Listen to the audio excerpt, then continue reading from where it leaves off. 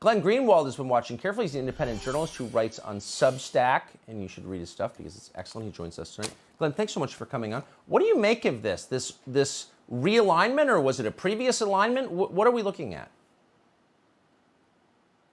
I think it's worth, first of all, remembering, and I know that you remember I started writing about politics in 2005, so I do, how liberals used to be overflowing with so much hatred and contempt for George Bush. They frequently compared him to Adolf Hitler, claimed his family was crucial to the rise of the Nazi Party, claimed something I agree with, that he's a war criminal who belongs at The Hague, said he was so filled with racism that he purposely allowed New Orleans to drown because so many black people live there. And every liberal I know believes that George Bush stole at least one election and maybe even two, both in 2000 and 2004. So basically, they concocted a person, you can't get much worse than that.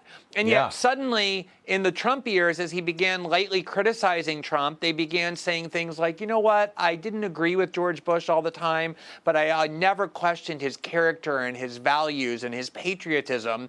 But this weekend, it turned into this love fest. I mean, they dripped with effusive praise for him because what he said there, that essentially the 9/11 attacks that he was there to commemorate are the same as the 3-hour riot on January 6th, and more importantly, that the people who did 9/11, Al-Qaeda, are similar or identical to, kind of the same foul spirit, as he put it, Trump supporters, essentially, and that they ought to be treated the same. A war on terror against Al-Qaeda, now a domestic war on terror against your fellow citizens, is music to the ears of American liberals because they want nothing more than a new domestic war on terror, than treating their political adversaries like the Bush administration treated Al-Qaeda.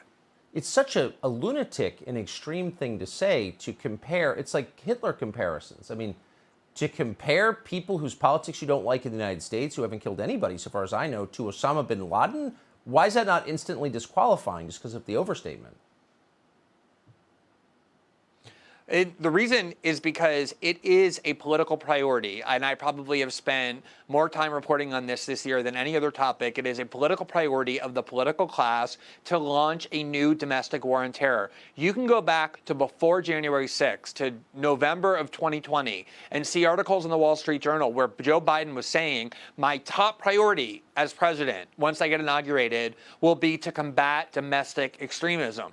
Once January 6th happened, that became the pretext for doing it. Like, a lot of neocons wanted to invade Iraq before 9/11. 9/11 happened, and then they got to use that as the pretext. That's what they're using January 6th. So it's demented to compare 9/11 and January 6th, but it's so central to the agenda of the security state, the Democratic Party, to essentially initiate a surveillance regime, a detention regime against people on the right who are against the establishment. And they're already doing it. They put people on the no-fly list, a kind of defining feature of the first war on terror, want to do new legislation that gives the FBI and the CIA new powers, spending lots more money on law enforcement.